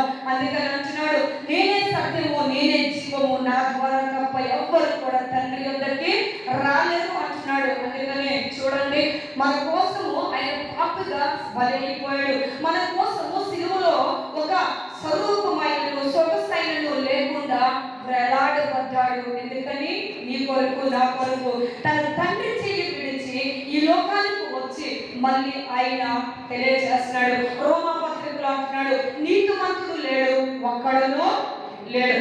అందరూ దేవుని గ్రహించే మహిమను పొందలేకపోయాం. ఈ మహిమను పొందలేకపోతున్నాము కనుక ఆ దేవుడిచ్చే మరి పరలోక రాజ్యము చేరుకోలేకపోతున్నాము కనుక తండ్రి చెయ్యి విడిచిపెట్టి ఆ పరలోకం విడిచిపెట్టి, అందుకని అంటున్నాడు కదా, ఇదిగో ఒక దేవదూతల మధ్యన ఆయన కొనియాడబడటము పరలోక రాజ్యములో గొప్ప భాగ్యమని ఉండటము ఎంచుకోలేదు. కానీ నీ కొరకు, నా కొరకు ఆయన ధనవంతుడై ఉండి కూడా ఏమైపోయాడంటే దరిద్రుడైపోయి రిక్తుడిగా ఈ రోజున శిలువ మానుపైన వేలాడుతున్నాడు. అందుకనే ఈ పాపపు శరీరం నుండి విడుదల పొందడానికి, ఈ పాపిని రక్షించడానికి ఎడబాటు అయినటువంటి ఆ సమయంలో ఆవేదనతో కేక వేస్తున్నాడు తండ్రిని, అయ్యా నా తండ్రి, నా దేవా, నా దేవా, నీవెందుకు నా చెయ్య విడిచితివి అంటున్నాడు. చూడండి, ఒకగానొక సందర్భంలో ఒక ఓడలో చాలా మంది ప్రయాణమై వెళ్ళిపోతున్నారు. ఇప్పుడు సినిమా థియేటర్లు ఉన్నాయి కదా, మనకు అర్థమయ్యే రీతిగా ఆలోచిద్దాం. సినిమా థియేటర్ ఉంది, అందులో ఎన్ని స్టేజీలు ఉంటాయంటే నేల టికెట్ ఉంటుంది, బెంచ్ టికెట్ ఉంటుంది, బాల్కనీ ఉంటుంది. అలాగే షిప్పుల్లో కూడా కొన్ని ఉంటాయి, first class, second class, third class. ఇలా ఒక షిప్పులో ప్రయాణం చేస్తున్నారు కొంతమంది ప్రజలు. ఈ ప్రజలు చక్కగా డబ్బున్న వారు, హోదా కలిగిన వారు, అంతస్తు కలిగిన వారు ఆ షిప్లో మంచి టికెట్ తీసుకుని మంచి అంతస్తులో ప్రయాణం అవుతున్నారు. ఒక మధ్య తరగతి వారు 2వ అంతస్తులో ఉన్నారు. ఇంకా ఏమీ లేని వారు 3వ అంతస్తులో ప్రయాణం అయిపోతూ వారి జీవితాలు మర్చిపోయారు. సంతోషముగా, సరదాగా, విలాసవంతముగా ఆ షిప్పులో తినేవారు తింటున్నారు, తాగేవారు తాగుతున్నారు, ఉల్లాసంగా పాటలు పాడేవారు పాటలు పాడుతున్నారు, గంతులు వేసేవారు గంతులు వేస్తున్నారు. నా ప్రాణమా తినుము, తాగుము, సకించుము, సంతోషించుము అన్నట్లుగా ఆ యొక్క షిప్పులో ప్రయాణం అయిపోయి వెళ్ళిపోతున్నారు. ఆ ఓడ నాయకుడు ఆ షిప్ నడిపించుకుంటూ వెళ్తున్నాడు. ఆ వెళ్తున్నటువంటి తరుణంలో ఎప్పుడు ఇష్టానుసారమైన జీవితం వారు ఆ షిప్లో జీవిస్తున్నారు, ఆ ఓడలో జీవిస్తున్నారు. ఆ ఓడలో జీవిస్తున్నప్పుడు ఆ ఓడ నాయకుడికి ఒక శబ్దం వినిపించింది, ఒక సైరన్ మోగింది. ఏం మోగిందండి? ఒక సైరన్ మోగింది. ఆ సైరన్ మోగగానే ఎక్కడ వారు అక్కడ నిలిచిపోయారు. పై అంతస్తులో ఉన్న ధనికులైనా, ధనవంతులైనా, ఏసీ రూముల్లో ఉన్న, బాల్కనీలో ఉన్న, లేదా నేల మీద ఉన్న, గుడిసెలో ఉన్న, ఎక్కడ ఉన్నా ఆ షిప్లో ప్రయాణం చేసే ప్రతి మనుషుడు కూడా ఒక్కసారిగా స్తంభించిపోయారు. వాళ్ళు నాట్యాలు ఆపేశారు, వాళ్ళు తినడం ఆపేశారు, వాళ్ళు తాగడం ఆపేశారు. ఏంటి శబ్దం? ఎక్కడి నుంచి వచ్చింది శబ్దం? ఏ రకంగా వచ్చింది శబ్దం అని ఆలోచించి ఎవరికి వారు భయపడుతున్నారు. ఇంతలో వాడు నాయకుడు లోపలికి వచ్చాడు. వచ్చి అంటున్నాడు, ఇదిగో మీ ఇష్టమైనట్టుగా ఇప్పటి వరకు మీరు తిన్నారు, తిరిగారు, తాగారు, నాట్యం ఆడారు, విడుదల చేశారు కదా, మీరందరూ కూడా ఇప్పుడు మీ ఇష్ట దేవుళ్ళకి ప్రార్థన చేసుకోండి. ఇంకా కొన్ని గంటల్లో ఈ షిప్పు మునిగిపోతుంది. ఏమైపోతుందండి? ఈ ఓడ మునిగిపోతుంది అనగానే ఎవరికి వారు ఆనందంలో ఉన్నవారు, ఎవరికి వారు విలాసమైన జీవితం జీవించిన వారు, ఎవరికి వారు సంతోషంగా ఉన్నవారు ఒక్కసారి బొళ్ళు అని ఏం చేస్తున్నారంటే ఏడవటం ప్రారంభించారు. ఆ ప్రాణం పోతున్నప్పుడు, ఆ ఓడ మునిగిపోతున్నప్పుడు, ఆ విధానంలో వారు వెళ్తున్నప్పుడు ఎవ్వరు కూడా రక్షిస్తారు. ఇదిగో వారు వారి దేవుడు. అందుకనే యోనా విషయంలో కూడా దేవుడు తెలియజేసినప్పుడు ఆ ఓడ నాయకులు అంటున్నాడు, ఇదిగో పోయి నిద్రపోతా, నువ్వు ఎక్కడి నుంచి వచ్చావు, ఎక్కడికి వెళ్తున్నావు, నీ ఇష్ట దైవం ఏదో దాన్ని నీవు ఆరాధించు అని చెప్పారు. అలాగే వీరందరూ అలాగా వెళ్ళిపోతున్నప్పుడు ఆలోచించాడు ఆ ఓడ నాయకుడు. ఎంత ట్రై చేసినా, ఎంత ఆపాలనుకున్నా ఆ ఓడ మునిగిపోతూ ఎవ్వరు కూడా దాన్ని ఆపేవారు లేరు. మళ్ళీ ఇంకొక కొద్ది నిమిషములకి ఆ తండ్రి పడే బాధ ఒక యవనస్తుడు చూస్తున్నాడు. ఆ ఓడ నాయకుడు పడే బాధ అంతా కూడా అక్కడ చూస్తున్నాడు. ఎవ్వరు కూడా ఆ యొక్క ఓడని మొలగడానికి రక్షించడానికి ఎవరు సాహసం చేయరు. ఎందుకని ఆ ఓడ అడుగు భాగము అంటే ఆ ఇంజిన్ దగ్గర పగిలి లోపలికి ఏమొస్తుందండి, నీరు వచ్చేస్తా ఉంది. ఇది నిజంగా జరిగిన సంఘటన, సినిమా కాదండి. ఈ స్టోరీ చెప్తుంటే కొంతమంది చదువుకున్న పిల్లలకు ఒక సినిమా జ్ఞాపకం వస్తుంది. ఇది సినిమా అయితే కాదు, నిజంగా జరిగినదే. అయితే ఈ విధముగా ఆలోచిస్తున్నప్పుడు ఆ యొక్క ఓడ నాయకుడి దగ్గరికి ఒక యవ్వన కాలంలో ఉన్న కుమారుడు వచ్చాడు, ఒక యవ్వనస్తుడు వచ్చాడు. అయ్యా ఏంటి ఈ విధము అంటే, ఏముందని అయినా ఒకటే రెండు మార్గాలు. ఓడ మునిగితే మనందరం చనిపోవడం, లేదు ఈ ఓడకి ఎవరైనా సరే ఎదురెళ్ళి ఆ తిరిగే ఒక రంధ్రములో ఒక ఏదైనా అడ్డు పడితే ఇది ఓడ మునగకుండా ఆగుతుంది అని చెప్పాడు. చెప్పినప్పుడు ప్రాణానికి తెగించి ప్రాణానికి ఆయన చనిపోవడానికి సిద్ధపడి ఆ ఓడలోకి వెళ్ళి ఎవ్వరు కూడా అక్కడ ఆ రంధ్రము పూర్చడానికి కానీ అది అడ్డుకోవడానికి కానీ ఎవ్వరూ సాహసించలేదు.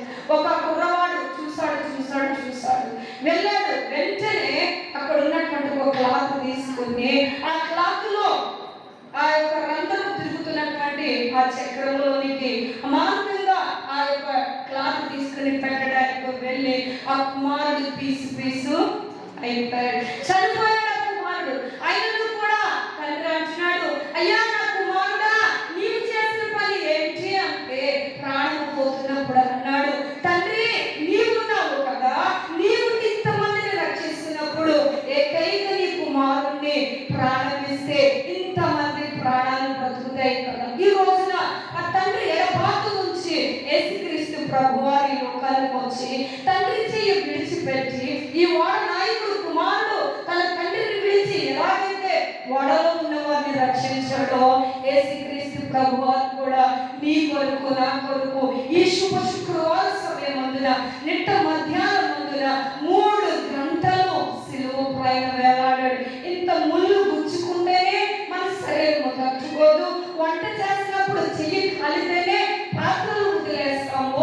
మన శరీరంలో ఎంత జాగ్రత్తగా చూసుకుంటాం. మరి ఆయన శరీరము, ఆయన 10,000లో అతి కాంక్షణీయుడు, 10,000 మంది పురుషులలో అతి ప్రేమాస్వరూపుడైనటువంటి దేవాది దేవుడు, ఆయన సొగసైనను స్వరూపమైనను రూపమైన లెక్కకుండా ఆ శిలువ పైన వేలాడుతున్నప్పుడు ఆ తండ్రిని ఎడబాటుని చూస్తాడు.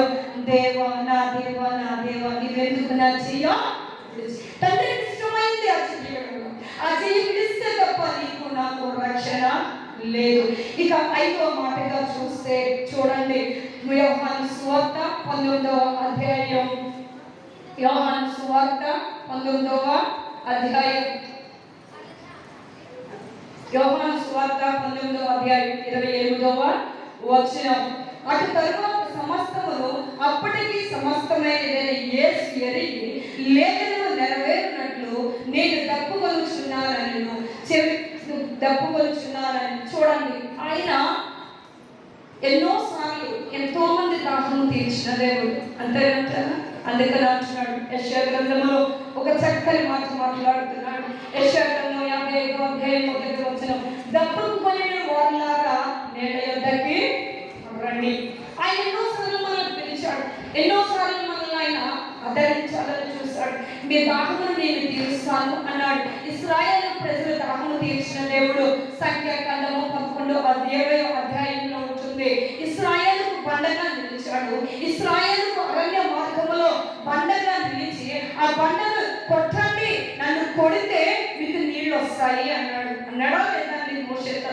రా ఆ ఓరేపు కొండకు వచ్చేస్తాయి, అరణ్య మార్గములో నేను చూపించే బండ దగ్గర నువ్వు నిలిచి నీ కర్ర చేత పట్టుకుని నన్ను కొట్టాయ్యా అన్నాడా లేదండి? ఆ ఇశ్రాయేలు ప్రజల దాహము తీర్చడానికి ఒక బండగా మారిన దేవుడు యెషయా ప్రవక్త ద్వారా పలుకుతున్నాడు. ఏమని అంటే, దప్పుకొని వారులారా నేల యొద్దకి రండి. అందుకే యోహాను సువార్తలో ఒక స్త్రీతో ఆయన మాట్లాడుతున్నాడు. ఎవరు ఆ స్త్రీ? సమరయ స్త్రీ. యోహాను సువార్త 4వ అధ్యాయంలో ఆయన మాట్లాడుతున్నాడు. చూడండి ఏమంటున్నాడు అంటే, యేసుక్రీస్తు ప్రభువారు నిట్ట మధ్యాహ్నం వేళ 12 గంటల వేళ ఆ సుకార్ అనే బావి దగ్గరికి ఆ యొక్క సమరయ గ్రామం గుండా వెళ్ళిపోతూ అక్కడికి వస్తున్నటువంటి ఒక స్త్రీని చూశాడు. ఆమె పాపపు స్థితిని, ఆమె జీవితాన్ని, ఆమె బ్రతుకుని, ఎలాంటి జీవితం ఆమె జీవిస్తుంది. నిట్ట మధ్యాహ్నము ఎవరు సమయము జనము తిరగని సమయాన ఆ బావి దగ్గరికి ఆమె వస్తుంది అని యేసుక్రీస్తు ప్రభువారు గ్రహించారు. అందుకనే నరుని యొక్క హృదయము తేటగా కనపడుతుంది. నీ హృదయం, నా హృదయం, మనందరి హృదయాలు నీకు తేటగా కనపడతాయి. ఆ బావి దగ్గర ఆమె రాగానే అంటున్నాడు, ఏమంటున్నాడు, అమ్మా కొంచెము తాగడానికి, నా దాహానికి నీళ్లు ఇస్తా. సమరయ స్త్రీ అంటుంది, ఒక మనిషిగా ఆలోచించింది, ఒక విధముగా ఆలోచించి, అయ్యా నువ్వు యూదుడు కదా, మేము సమరయుడు కదా, యూదులు సమరయులతో సాంగత్యం చెయ్యరు కదయ్యా, మీరు ఇచ్చే నీళ్ళు ఎలా తాగుతో, ఈ బావి మా పూర్వీకులు ఇచ్చినటువంటి బావి, యాకోబు బావు కదా, ఇందులో నీవు ఎలాగా ఇస్తావు అంటే యేసుక్రీస్తు ప్రభువారు అంటున్నారు, అమ్మ అసలు నేను దాహాన్ని కడిగేది ఎవరో నీకు తెలుసా? అందుకని అంటున్నాడు, నేనే జీవమును, నేనే జీవాహారమును. చూడాలి యోహాను సువార్త 6:35. అందుకు యేసు వారితో ఇట్లనెను, జీవాహారము నేనే, నా యొద్దకు వచ్చేవాడు ఏ మాత్రము ఆకలి కొనడు, నా యందు విశ్వాసం ఉంచేవాడు ఎన్నడూ కూడా దప్పిగా గొనడు. యేసుక్రీస్తు ప్రభువారి దగ్గరికి సమరయ స్త్రీ వచ్చింది. ఆ కుండ తన భుజమును పట్టుకుని వస్తున్నప్పుడు, అయ్యా నేను చెప్పిన సంగతులన్నీ, నేను చేసిన పనులన్నీ నువ్వు చెప్తున్నావు కదేమా, నువ్వెవరు అన్నప్పుడు ఆయన ఒక మాట అంటున్నాడు, నేను ఎవరో తెలియాలంటే నీ భర్తలు తీసుకున్నారా, నీ పెన్మిట్లు తీసుకురా అన్నప్పుడు ఆమె ఏమంటుంది, ఇదిగో అయ్యా 5 పెన్మిట్లు ఉన్నారు, ఉన్నవాడు కూడా నావాడు కాదు అంటే ఆ 5 సన్నాసులను తెలిసి, వేస్ట్ పిల్లలను తెలిసి ప్రభువారు అన్నారు, నువ్వు ఆరాధించేది వ్యర్థమైన వాటిని ఆరాధించిన, వేరేగా అర్థం చేసుకోకండి, ఆత్మానుసారంగా ఆలోచించండి. ఆమె ఆరాధిస్తుంది లోకములో, ఆమె పూజిస్తుంది భయంకరమైనటువంటివి, ఈ దేవునికి వ్యతిరేకమైన మార్గములో ఆమె నడుస్తుంది. ఆ మార్గము మంచిది కాదు. ఇదిగో నిన్ను నడిపించడానికి, నీ దాహము తీర్చడానికి, జీవజలము నిన్ను నడిపించడానికి నేను వచ్చాను. ఆనాడు ఇశ్రాయేలు దాహం తీర్చిన దేవుడిని, నీ దాహం తీర్చడానికి నేను ఇక్కడికి వచ్చాను అని తెలియజేస్తున్నాడు. అందుకని అంటున్నాడు కదా, యెషయా గ్రంథము 51లో, దప్పుకునే వాళ్ళగా నేల యొద్దకి రండి. ప్రకటన గ్రంథం 21 అధ్యాయం 6వ మరియు ఆయన నాతో ఇట్లనెను, సమాప్తమైనది, నేనే అల్ఫాయు ఒమేగాయు. మన దేవుడండి ఉన్నవాడు అనువాడు, మొదటి వాడును నేనే, జీవించేవాడును నేనే, యుగయుగములో సదాకాలం నిలిచేవాడిని కూడా నేనే అని ప్రకటన గ్రంథంలో తెలియజేస్తున్నాడు. అల్ఫాయు నేనే, ఒమేగా నేనే, అనగా ఆదియు అంతమునే ఉన్నవాడును, దప్పకపోయిన వారికి జీవజలముల బుగ్గలను అనుగ్రహిస్తాడు. ఎలా అనుగ్రహిస్తాడంటే ఉచితముగా ఇస్తాడు. ఎలాగిస్తాడు? ఉచితముగా అనుగ్రహిస్తాడు. అందుకనే అంటున్నాడు, ఇదిగో అటు తర్వాత సమస్తము అంటే దేవా నువ్వు చెప్పింది సమస్తము కూడా సమాప్తమైపోయింది అని లేఖనాలు నెరవేరినట్లు సమస్తమును కూడా జరిగించాడు. ఇక 6వ మాటగా చూస్తే, యేసు ఆ చిరక పుచ్చుకొని, యోహాను సువార్త 19:30, యేసు ఆ చిరక పుచ్చుకొని సమస్తమైనదని చెప్పి తల ఉంచి ఆత్మ అప్పగించాడు. ఈ లోకంలో మనకు ఏదైనా పని అప్పు చెప్తే మన పిల్లలు పూర్తిగా చేస్తారండి. అయ్యో వీడికి 20 రూపాయలు ఇచ్చారు, 10 రూపాయలు కొనేసుకున్నాడు, 10 రూపాయలు సరుకులే అనవా అంటారు. ఈ లోకంలో ఏ పనైనా సరే సమాప్తం అనేది లేదు. ఉందా అంటే లేదు. కేవలము యేసుక్రీస్తు ప్రభువారు మాత్రమే. మొదట ఒకసారి మెలకుగా వచ్చేయండి, అందరూ నిద్రపోతున్నట్టున్నారు. మొదట 3 మాటలు దేనికి సాదృశ్యం అండి? దేని గురించి? 3 మాటలు ఎవరి గురించి? మరి 4-5 బాధలో ఉన్నవారు పర్లేదు, మెలకుగానే ఉన్నారు. కొంతమంది జారుకుంటున్నా, కొంతమంది బాగానే ఉన్నారు. ఈ 6-7 ఆయన విజయశాలిగా చెప్తున్నాడు. ఇప్పుడు 6వ మాటలోకి వచ్చాం. ఏం చేస్తున్నాడు అంటే ఆయన యేసు చిరక పుచ్చుకొని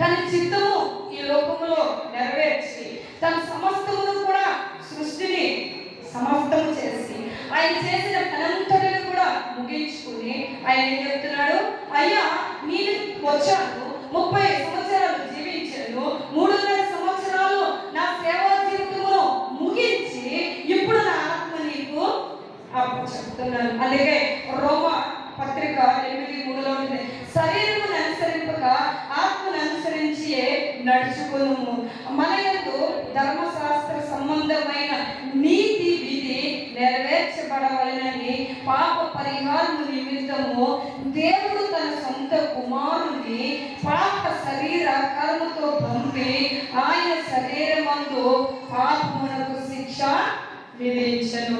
ఇక్కడ చూసినట్లయితే శరీరాకారముగా వచ్చినటువంటి కుమారుడు మనలో పాపమును తీసివేయడానికి, మన శరీరాన్ని అనుసరింపక ఆత్మానుసారంగా నడిపించడానికి ఆయన ఆత్మ ఎవరికి అప్పచెప్పేశాడండి?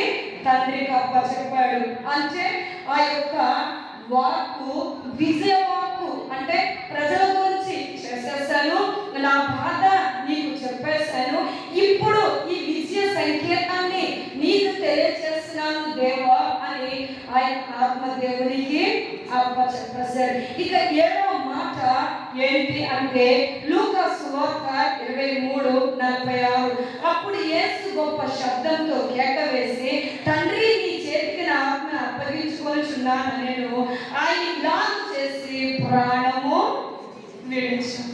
30 సంవత్సరాలు జీవించి 3.5 సంవత్సరాలు సేవ చేసి ఎన్నో మార్గాలు, అంటే దగ్గర 40 సంవత్సరాలు ఏసీ రెండైంది. ఇంకో 10 నిమిషాల్లో వదిలేస్తారు భయపడద్దు. రోజు కాదు, శుభ శుక్రవారం కనుక కంపల్సరీ మనం ఇక్కడ ఉండాల్సిందే. ఒక 10 నిమిషాల్లో వాక్యం ముగిస్తాం. మరి దగ్గర 40 సంవత్సరాలు తండ్రి మాట ప్రకారం, తండ్రి పిలుపు ప్రకారం, తండ్రి వాగ్దానం ప్రకారం దేవాది దేవుడు యవ్వన కాలంలో మరి తండ్రి గారిని ఏర్పాటు చేసి ఈ గ్రామానికి పంపించి ఎన్ని సంవత్సరాలు అవుతుందండి? 40 సంవత్సరాలు సేవా జీవితం. మరి ఎన్ని శుభ శుక్రవారాలు వెళ్ళినాయండి, ఎన్ని గుడ్ ఫ్రైడే వెళ్ళినాయండి, ఎన్ని మట్లాడవారాలు వెళ్ళినాయి, ఎన్ని ఈస్టర్లు జరుపుకున్నాం. మరి మనం చేసే పని సంతృప్తిగా చేస్తున్నామా? ఇక్కడ దేవుడు అప్పచెప్పిన పని కుమారుడు చేసి ఆయన చెప్తున్నాడు.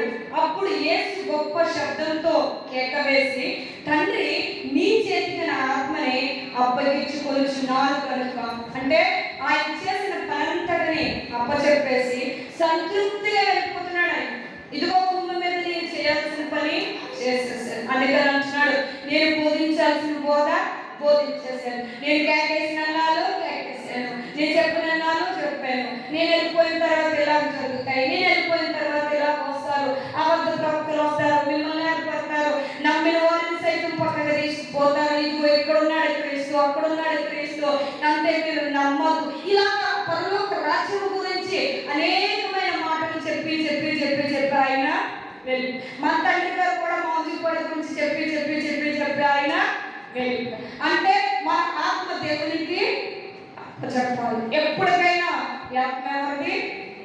శరీరము, ఆత్మ శరీరము ఆయనవే. ఈ శరీరం ద్వారా విడిచిపెట్టాల్సినవి కొన్ని ఉంటాయి. అవన్నీ మనం విడిచిపెట్టి దేవుని సన్నిధిలో సంపూర్తిగా జీవించి పరలోక రాజ్యంలో నివాసం ఉండాలి. అందుకనే ఆనాడు ఏదైనా తోటలో మనల్ని దేంతో నిర్మించాడండి? దేంతో నిర్మించాడు? మనల్ని మంటితో నిర్మించాడు. మనం ఎవరో మంచి వాసు. మంటిలోనికి మన ఆత్మని విడిచిపెట్టామా? ఏం విడిచిపెట్టాలి? శరీరము మంటిలో నుంచి వచ్చింది కనుక మంటిలోనికి విడిచిపెట్టి ఆత్మ తాను దయచేసిన వాడి దగ్గరికి వెళ్ళిపోవాలి. అందుకని ఆయన చెప్తున్నాడు, నేను చెప్పిన పని నెరవేర్చాను, ఈ ఆత్మ నీదే, నీ దగ్గర నుంచి నేను వచ్చాను కనుక మళ్ళీ నా ఆత్మ నీకు అప్పచెప్తున్నాను. అందుకే ప్రతి నరుని యొక్క ఆత్మ యెహోవా పెట్టిన దీపం. ఈ దీపం ఆయన సన్నిధికి వెళ్ళాలి. 60 సంవత్సరాలు భూమి మీద ఉన్నా, 70 సంవత్సరాలు భూమి మీద ఉన్నా, 80 సంవత్సరాలు భూమి మీద